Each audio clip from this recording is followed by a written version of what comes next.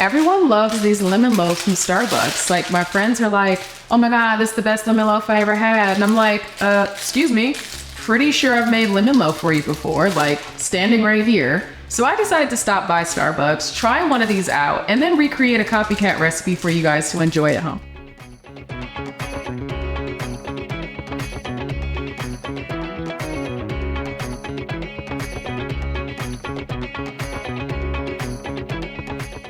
Aside from just the overall delicious flavor of the Starbucks iced lemon loaf, the number one thing that I want to recreate is how moist that freaking cake is. I mean, when you bite into it, it practically melts in your mouth.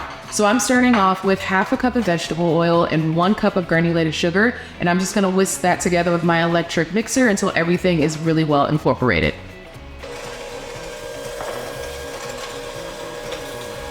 If you want to, instead of using vegetable oil, I know some people have their own personal issues with vegetable oil.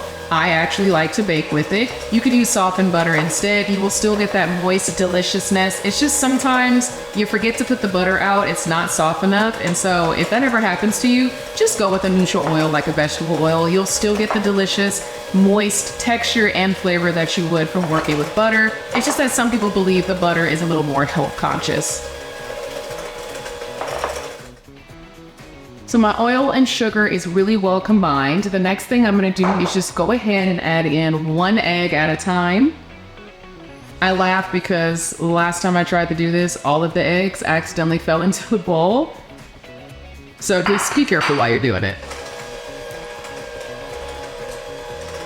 And you wanna mix it together long enough just to make sure that that egg is completely incorporated. You'll see the egg yolk will start to break apart and mix in, creating kind of this pale cake batter looking texture. And that's what we're going for. So that looks really good to me. I'm gonna go ahead and add in a second egg.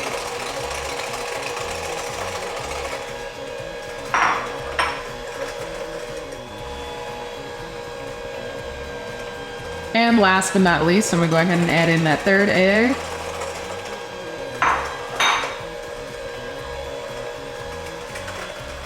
And I want to make sure all of the egg, the sugar, and the oil is really well incorporated. And you'll know it's ready because your wet ingredients are already going to start to look like cake batter. They're going to look like this very yellow, pale, liquidy cake batter, and that's how I know that my wet ingredients are perfectly combined.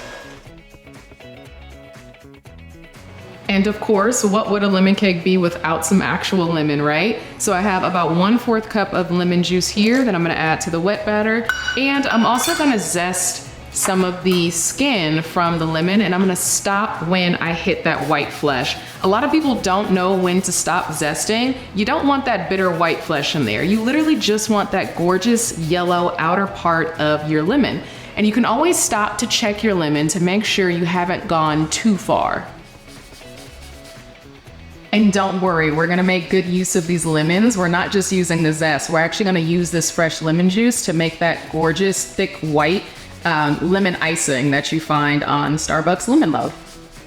My kitchen is so fragrant right now. I mean, the lemon is just like wafting through. And the really dope thing about using fresh lemon instead of concentrated lemon, you get that sweet floral taste of the lemon. Sometimes when you're using lemon juice or concentrate from the store that's already bottled, it's really, really sour. When in actuality, if you were to bite into a lemon, it has this beautiful balance of sour, sweet, and floral. Huge difference between using fresh and then already bottled lemon juice. I'm also gonna add in my vanilla extract. I'm using about 1 teaspoon of vanilla extract. That was probably like 2 teaspoons, and that's okay. And I have about 1/2 cup of buttermilk. This is the key ingredient. This bad boy right here is what gives that lemon loaf that crazy, insane, moist texture. The secret ingredient, buttermilk. Make sure I get every last drop of that. And then just mix it until it's well incorporated. Oh, that smells amazing. You can smell the fat from the oil and the buttermilk. You can smell the floral sweetness of the lemons. You get that delicious vanilla and that sugar smell. It smells so good. And yes, your mixture is going to be very liquidy. Don't worry about it. We still got to add in the dry ingredients. I'm going to slowly start sifting in all of my dry ingredients. I'm going to sift in about 1/3 at first. Mix that in with a spatula very gently. Never overmix your batter, especially when you're baking. Do not overmix. That's how you end up with a tough, dry cake or cookie. It's really gross, trust me. Don't overmix, mix until it's just combined. Going slowly allows you to make sure all of your ingredients are really well incorporated, and it prevents flour from flying all over your counter, which has definitely happened to me before as well. That's a good start. I'm actually just gonna go ahead and sift in the rest of this. I don't have very much left. And then any clumps of flour or baking powder, baking soda, or salt, I'm just gonna use the back of a measuring cup to get those out of there. Perfection. I switched over to a hand mixer just to speed up the process a little bit. Now that everything is really well incorporated, I'm gonna pour all of my wet batter into my prepared loaf. I used a spray this time, but you could also use a parchment paper. You just want something that's gonna make sure it coats the outside so that way the cake comes out nice and easily before we add the icing.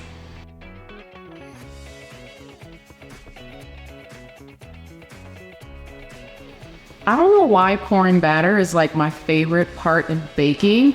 I don't know if it's just because your moments are minutes away from the grand finale or what, but there's something so soothing about it, and it also kind of builds this anticipation. Maybe it's just me, I don't know, but if you also like pouring, let me know in the comments down below so I don't feel alone. And then I'm just gonna scoop the rest of this out in here with the spatula. Waste not, want not. We want all of this delicious batter inside. I'm gonna bake this for about 40 minutes at 350 degrees. I'll use a toothpick to check on it, see if it's cooked all the way in the middle. If it is, I'll take it out. If it's not, then I'll leave it in probably for another 5 minutes. I think this will be ready in about 40 to 45 minutes.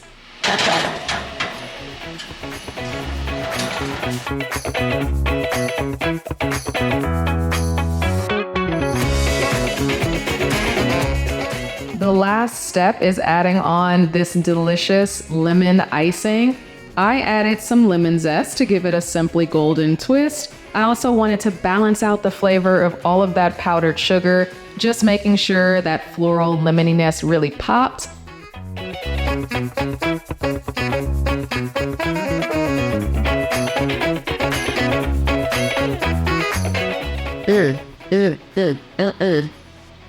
Bomb. Oh my god. This is so good. Woo! Starbucks better watch out. This right here, perfection. Oh my god.